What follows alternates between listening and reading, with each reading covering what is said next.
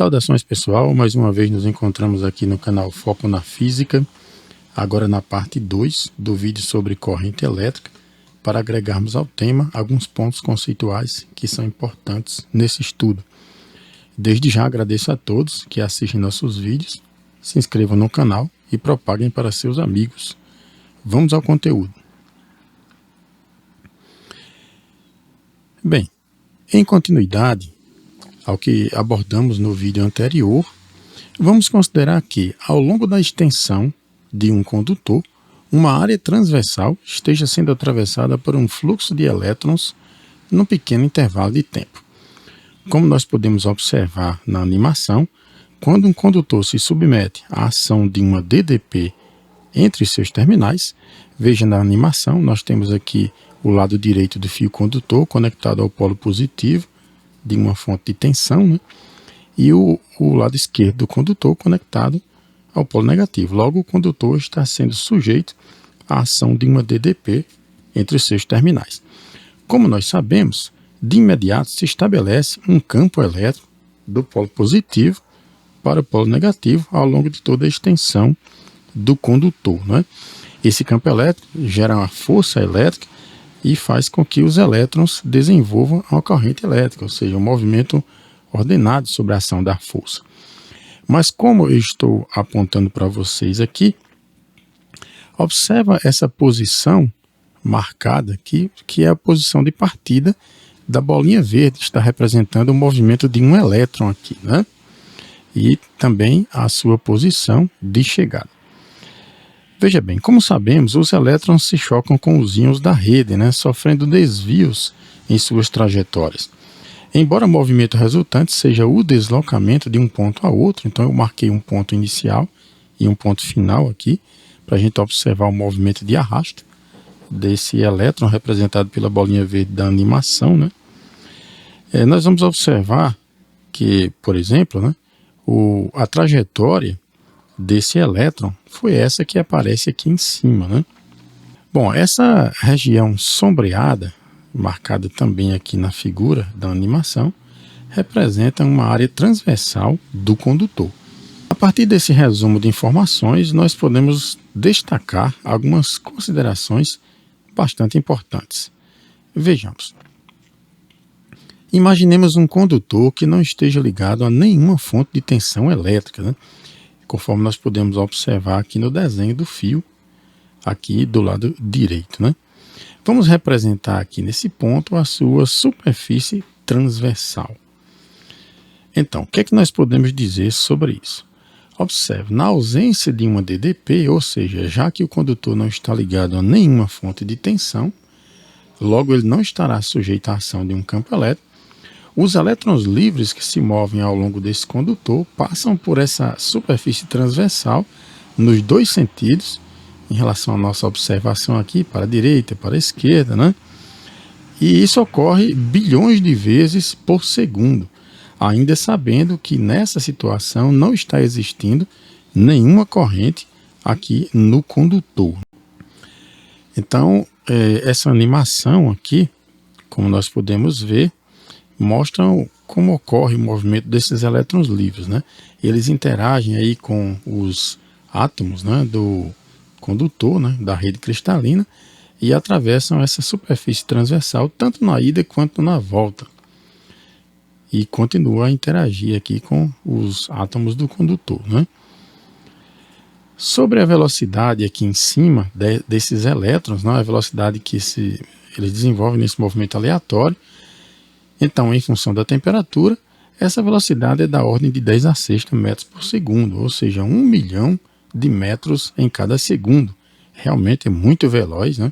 A velocidade bem mais elevada do que aquela com a qual a corrente se desenvolve, né? Que é da magnitude aí de uns 0,1 milímetro por segundo, como a gente observa a informação aqui na tábua. Veja bem, agora, durante a passagem da corrente, ou seja, considerando que o condutor esteja ligado a uma fonte de tensão, a resultante vetorial das velocidades aleatórias se torna igual a zero, mas o que sobra é a velocidade de arrasto. Então, a velocidade resultante é a velocidade com que o elétron consegue percorrer o condutor durante a passagem da corrente, né? Essa é a velocidade com a qual a corrente se desenvolve no condutor. Podemos representar matematicamente essa intensidade da corrente. Veja bem, nessa superfície transversal, nós temos uma quantidade de carga elétrica ΔQ, que corresponde à quantidade de carga dos elétrons livres que estão atravessando essa área transversal, né? Por unidade de tempo, né? Dividida pelo tempo. E isso nos permite compreender, numa visão microscópica, sobre a intensidade da corrente elétrica. Vamos ver aqui na expressão. Nós temos que I é a intensidade da corrente, o quanto de corrente flui no condutor, e a unidade de medida da corrente elétrica é o ampere. Nós temos ΔQ como sendo a quantidade de carga elétrica em Coulomb, essa é a medida de carga que passa pela superfície transversal, e temos o ΔT como sendo o intervalo de tempo em segundo, né? Significa dizer que 1 ampere de corrente é 1 Coulomb dividido por 1 segundo, né? Outra maneira de expressarmos essa relação matemática é essa daqui. Intensidade da corrente elétrica será N, que é o número de elétrons que passa pela superfície transversal, multiplicado pela carga de cada um elétron, né? Que é o valor da carga elementar, que vale 1,6 vezes 10 elevado a menos 19 Coulomb, e esse é um número realmente extremamente pequeno de quantidade de carga, né? Para a gente ter uma ideia, então, para a gente ter uma noção mais realista dessa dimensão, basta que a gente use essa vírgula aqui e volte 19 dígitos, né? Voltamos 19 casas a partir de onde a vírgula está. Então nós temos que preencher os dígitos anteriores com zeros, e olha só o que acontece. O valor seria basicamente esse aqui, né? A vírgula retornou aqui para a esquerda 19 casas. Então realmente é uma carga muito pequena, que é a quantidade de carga de um elétron, né? Sendo que o elétron tem carga negativa, né? Então esse valor negativo seria a carga do elétron. Após essas informações, nós não havíamos ainda, no vídeo anterior, falado um pouco sobre o que acontece com os átomos do condutor, né? Nós falamos do movimento dos elétrons e etc., mas nada falamos sobre os movimentos vibratórios desses átomos. Então, olha só isso aqui. Os átomos de um cristal não estão estáticos, né? Eles se movem sim, né? Porém, eles executam um movimento vibratório. Olha só. Então, essa animação 3 aqui representa as vibrações atômicas da rede, né? Sobre os átomos vibrando, nós temos algumas considerações importantes também. Primeiro, essas vibrações são coletivas, ou seja, um átomo que vibra influencia o estado de vibração dos átomos vizinhos da rede, né? Da rede de átomos do condutor. Uma outra coisa importante é que essas vibrações aumentam com a elevação da temperatura, né? Essas oscilações dos átomos, né? Dos núcleos dos átomos e tudo mais, termina gerando ondas elásticas que se propagam no sólido, e essas ondas elásticas nós chamamos de fônons em física, né? Então, está aí o que acontece de fato, aproximando mais a situação, o exemplo, né, de uma circunstância mais real, né, do que acontece de fato durante a passagem da corrente no condutor. Olha só, durante a passagem da corrente, essas vibrações dos átomos são causas de colisões dos elétrons. É claro que quando o elétron passa pela rede, né, já que os núcleos vibram, não, os átomos vibram, isso aumenta a possibilidade de colisão. Uma outra coisa também que ocorre é que os elétrons colidem entre si. Além das colisões dos elétrons com os íons da rede, também existem colisões de elétron com elétron, né? Outro fator que contribui também para a colisão dos elétrons é a existência de imperfeições, né, na rede cristalina, né? Muitas vezes essas imperfeições nas conexões dos átomos na rede acontecem quando a substância condutora, né, é constituída de mais de um tipo de material. Então, mistura de substâncias significa presença de impurezas. Isso causa, digamos assim, imperfeições na estrutura cristalina do condutor, né? Isso também proporciona colisão entre os elétrons da rede. Mas no caso dos fios de cobre, não há mistura de outras substâncias, né? Outra coisa que nós temos que observar aqui na animação do lado esquerdo, né, é que essas flechas em amarelo, quando as cargas atravessam a superfície transversal, elas representam um vetor chamado de densidade de corrente. Bom, mas eu não estou aprofundando essas informações, né, porque nosso nível de conteúdo aqui é nível médio, nível técnico, então não estou abordando a matemática como ela realmente tem que ser, né, e, portanto, não vou abordar mais informações sobre o vetor densidade de corrente. No entanto, né, aqui apenas para que vocês lembrem que existe também isso aí, né? Essa informação. Isso é bastante estudado lá na graduação em Física. Bom, seguindo adiante aqui, nós temos o seguinte. A corrente elétrica, ela não flui com uma facilidade tão grande assim ao atravessar os condutores, né? Existem muitos impedimentos que dificultam a travessia dos elétrons, né, ao longo da extensão do condutor quando eles executam a corrente, né?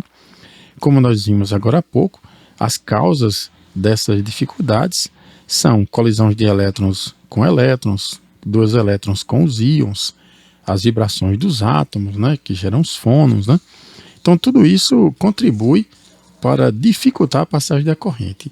Essa dificuldade para a passagem da corrente é uma grandeza física que nós chamamos de resistência elétrica, tá bom? Então, todo condutor apresenta um certo valor de resistência elétrica.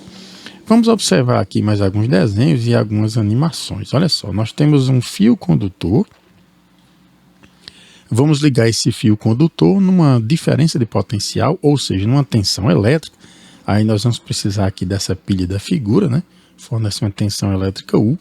Vamos ligar os terminais da pilha aos terminais do fio condutor e vamos observar o que acontece. Primeiro, forma-se um campo elétrico.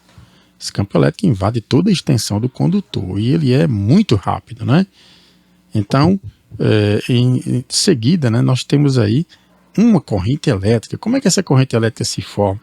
É que todos os elétrons presentes em toda a extensão do fio por inteiro, né, eles, ao ficarem sujeitos à ação do campo elétrico, imediatamente surge sobre todos eles ao mesmo tempo uma força elétrica. Essa força elétrica move os elétrons ao longo da extensão do fio e esses elétrons entram em movimento saindo do polo negativo, circulando todo o fio, chegando no polo positivo. Mas eu quero lembrar que todos entram em movimento ao mesmo tempo, ou seja, todos os elétrons do condutor, imediatamente, ao se submeterem ao campo elétrico, entram em movimento. Então, quando esse campo elétrico se forma, os elétrons que estão próximos ao polo positivo já entram em movimento, os que estão no meio do trajeto também entram em movimento, os que estão no polo negativo também, todos entram em movimento ao mesmo tempo, né? E a corrente elétrica se estabelece no sentido real, que está sendo apontado aqui por essas flechinhas em vermelho, né? Veja que parte do polo negativo, atravessa todo o circuito e chega até o polo positivo. Mas nós estávamos falando agora há pouco da dificuldade que esses elétrons enfrentam para percorrer o fio condutor, que é a resistência elétrica. Então vamos observar mais uma vez, né, num resumo de informações, o que está acontecendo de verdade aqui dentro do fio condutor. Olha só. Nós temos aqui essa animação com essas bolinhas em azul, verde e laranja, né, representando os elétrons, e essas bolinhas cinzentas aí vibrando representam a estrutura cristalina, né? E só lembrando que essa vibração é toda sincronizada, porque existe aí a influência de um átomo sobre o outro, né? E quando essas vibrações acontecem, só repetindo as informações, geram fônons, que são ondas elásticas, que vão se propagando ao longo do material. Essas vibrações dificultam a passagem dos elétrons. Veja quanto tempo demora para sair aqui do lado esquerdo para o lado direito, no trajeto dos elétrons. Verifique a trajetória que eles executam aleatória após as colisões, mesmo sobrando o movimento de arrasto do lado esquerdo para o lado direito. Observem com bastante atenção. A animação está um pouco rápida, mas existem momentos em que os elétrons colidem entre si, Então aqui onde estou apontando o mouse, ó, é um dos pontos onde acontece essa colisão. Veja mais uma vez aí, ó, no desenho aqui, ó.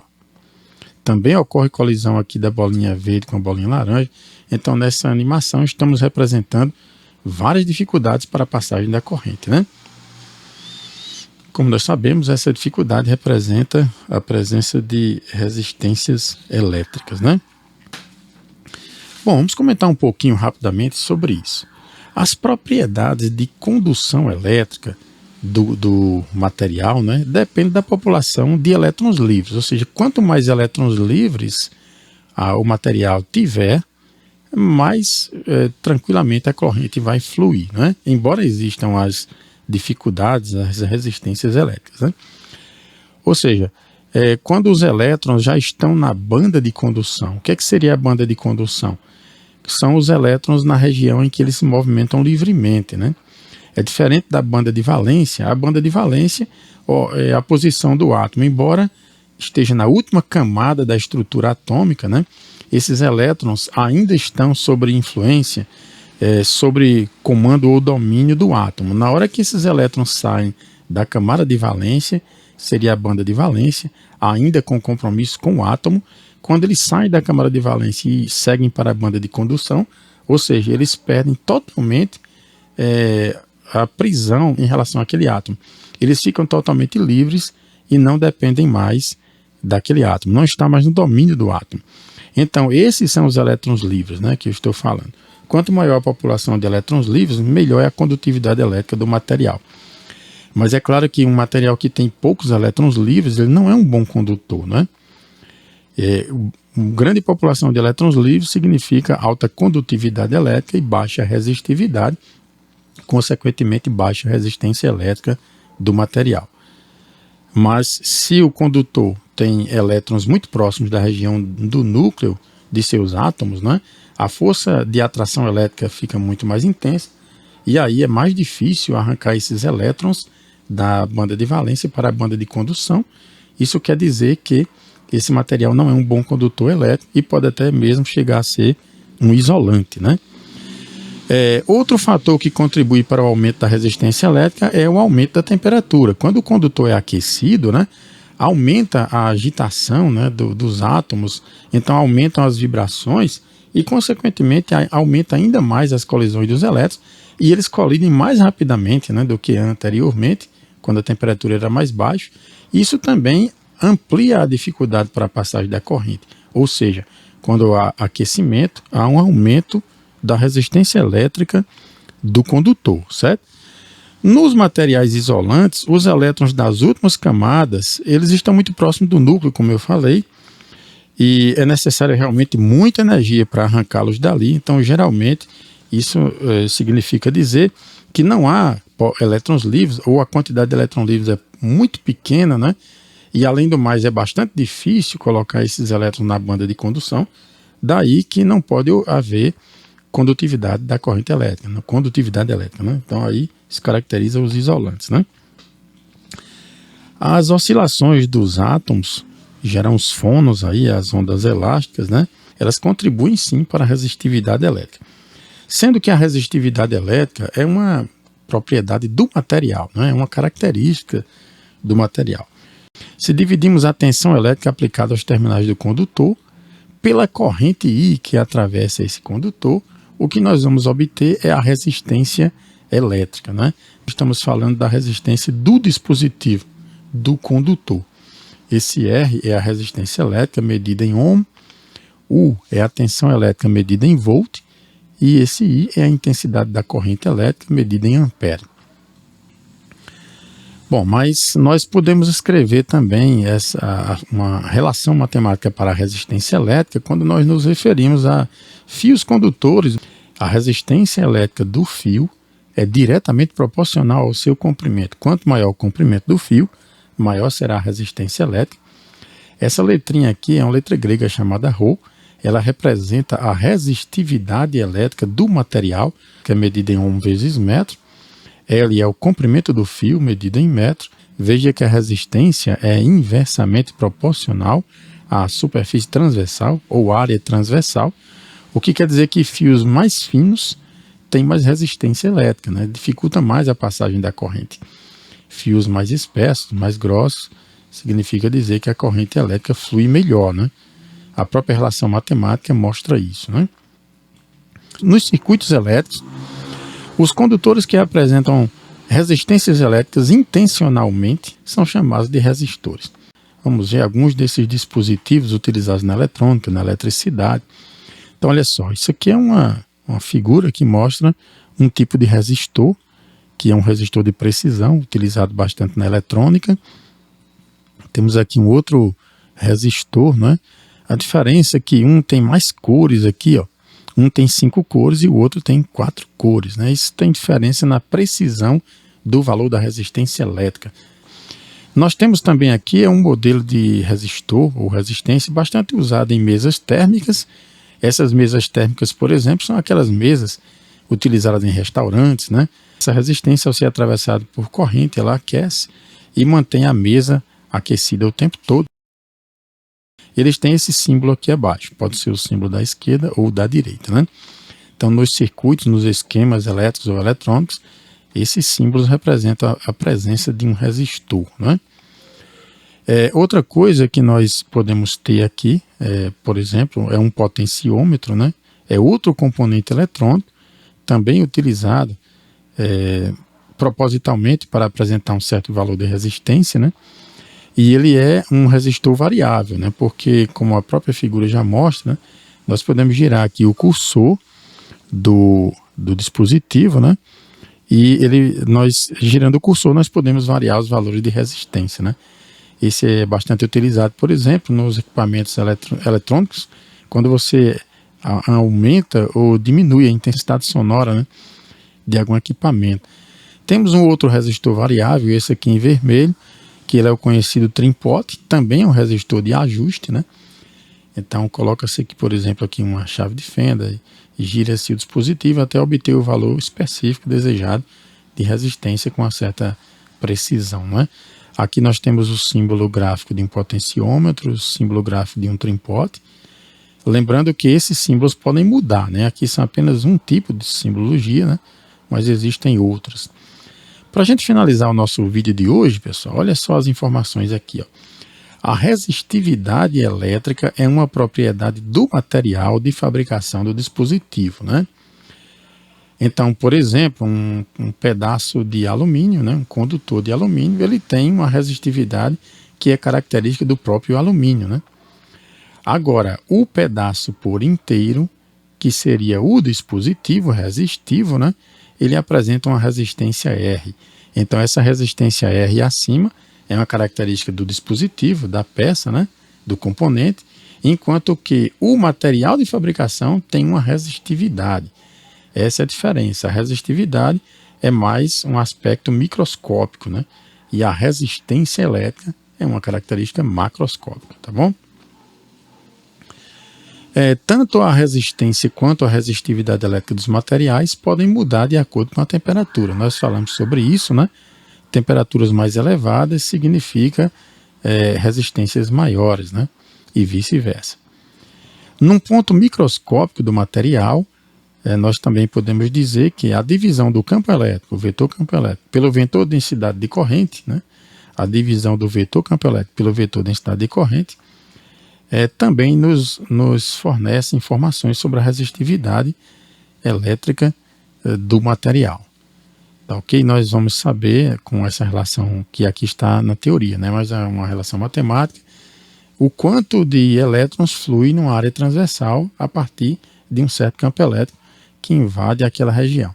Se fluem muitos elétrons, então tem menor resistividade. Se fluem poucos elétrons, então tem maior resistividade. Bem, pessoal, nós finalizamos por aqui. Um fraterno abraço, fiquem com Deus e até a próxima, se Deus quiser. Até mais.